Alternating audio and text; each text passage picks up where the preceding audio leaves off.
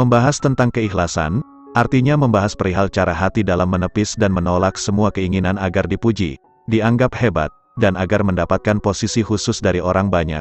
Dalam ini, hati perlu pembiasaan secara terus-menerus, diuji dengan berbagai rintangan agar tidak menoleh pada manusia.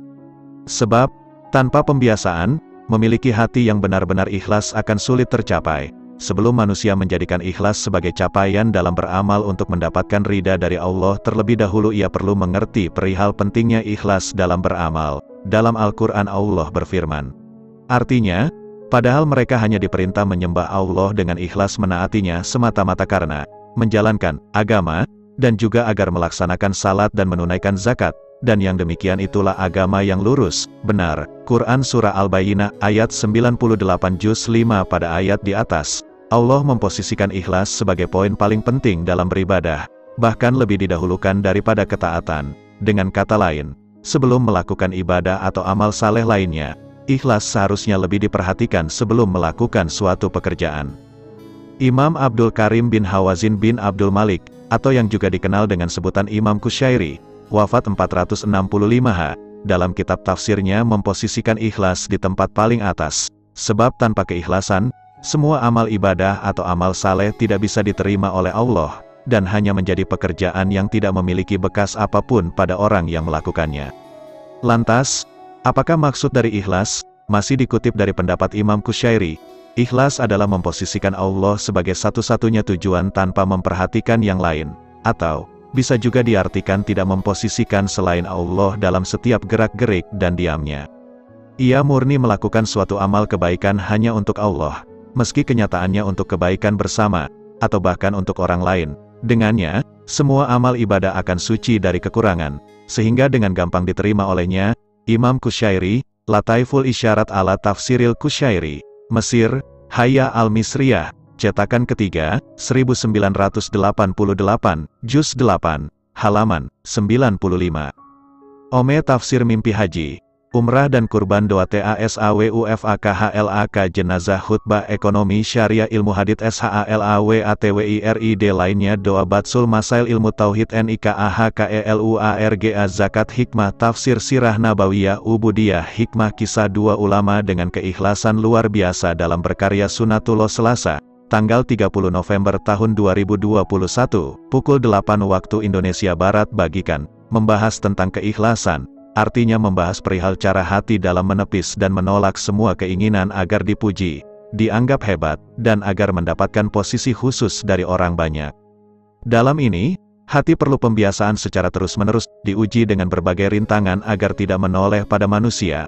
Sebab, tanpa pembiasaan, memiliki hati yang benar-benar ikhlas akan sulit tercapai. Sebelum manusia menjadikan ikhlas sebagai capaian dalam beramal untuk mendapatkan ridha dari Allah SWT, terlebih dahulu ia perlu mengerti perihal pentingnya ikhlas dalam beramal. Dalam Al-Quran Allah berfirman, ADVERTISEMENT artinya, padahal mereka hanya diperintah menyembah Allah dengan ikhlas menaatinya semata-mata karena menjalankan agama, dan juga agar melaksanakan salat dan menunaikan zakat. Dan yang demikian itulah agama yang lurus. Benar, QS Al-Bayyinah 98, 5, pada ayat di atas, Allah memposisikan ikhlas sebagai poin paling penting dalam beribadah, bahkan lebih didahulukan daripada ketaatan. Dengan kata lain, sebelum melakukan ibadah atau amal saleh lainnya, ikhlas seharusnya lebih diperhatikan sebelum melakukan suatu pekerjaan.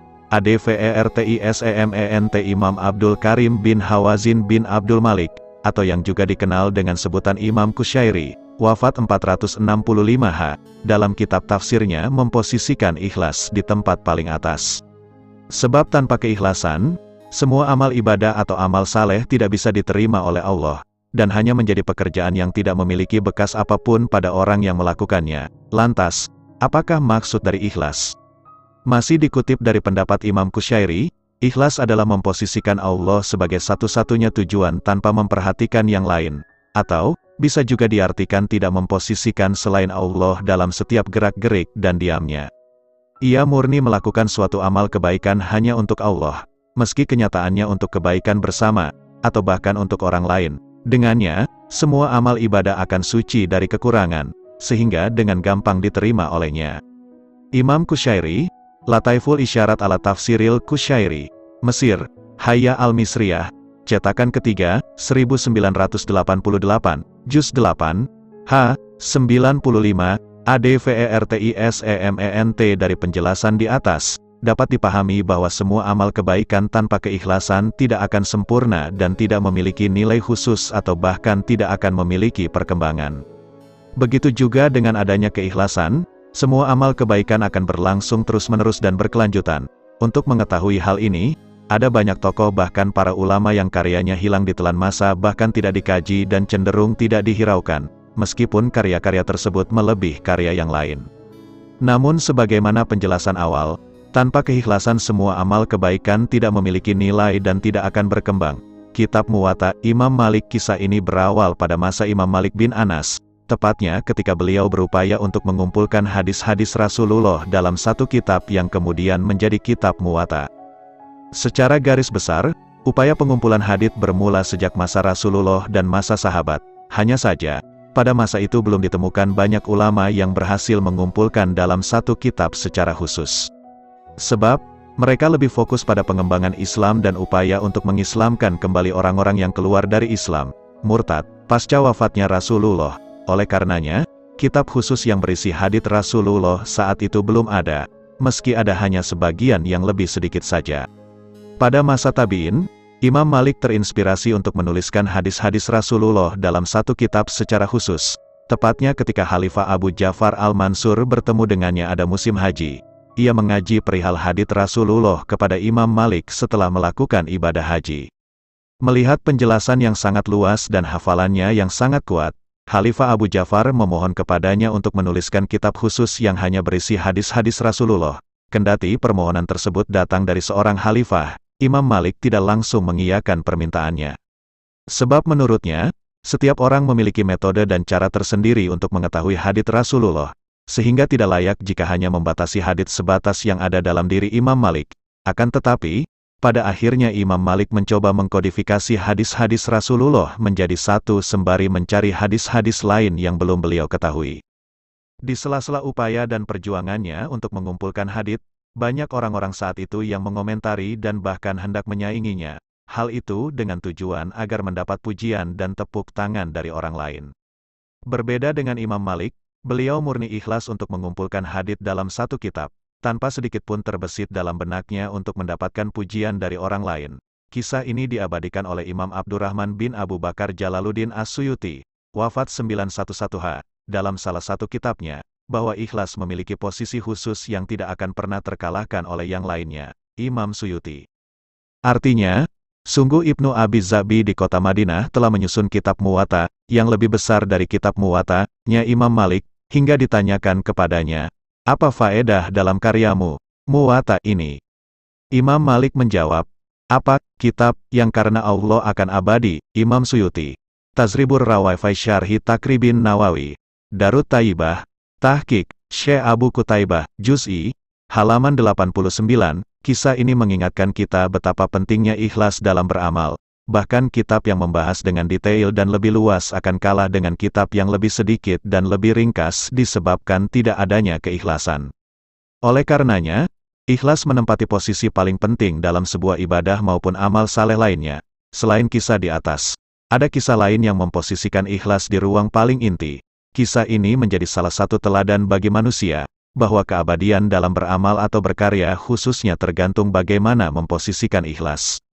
Jika Allah yang menjadi pokok paling inti dalam amalnya, maka upaya dan jerih payahnya akan berkelanjutan bahkan sampai hari kiamat tidak akan terputus. Syekh Sanaji dan ikhlasnya dalam berkarya. Siapa yang tidak kenal dengan kitab Matan al-Ajurumiyah atau biasa cukup disebut Jurumiyah? Salah satu kitab Nahwu yang sangat populer dalam dunia pendidikan, khususnya pesantren. Kitab sederhana dan ringkas ini menjadi pelajaran pokok di hampir semua pondok pesantren. Penjelasannya tidak terlalu luas dan lebar, akan tetapi manfaat dan berkah di dalamnya sangat banyak. Bahkan, orang-orang yang hendak bisa baca kitab kuning, terlebih dahulu mempelajari kitab ini. Luasnya manfaat dan banyaknya keberkahan kitab Jurumiyah tidak lepas dari peran penulis yang begitu ikhlas ketika menulis. Ia berupaya menghilangkan manusia dalam benak pikirannya dan murni menjadikan Allah sebagai tujuannya. Ia tidak membutuhkan pujian maupun tepuk tangan dari orang lain, yang ia inginkan hanyalah ridha dari Allah SWT. Penulisnya adalah Syekh Sanaji. Nama lengkapnya adalah Abu Abdillah Muhammad bin Ajurum As-Sanaji. Beliau dilahirkan di kota Fes, Maroko, tahun 672 dan wafat pada tahun 723 Namanya dikenang sepanjang masa disebabkan karyanya yang sangat sederhana namun ada keikhlasan di dalamnya, sehingga karyanya terus berlanjut dan dipelajari oleh umat Islam. Imam Kafrawi dalam syarah kitab Jurumiyah, menyebutkan perihal keikhlasan Syekh Sanaji ketika menulis kitabnya.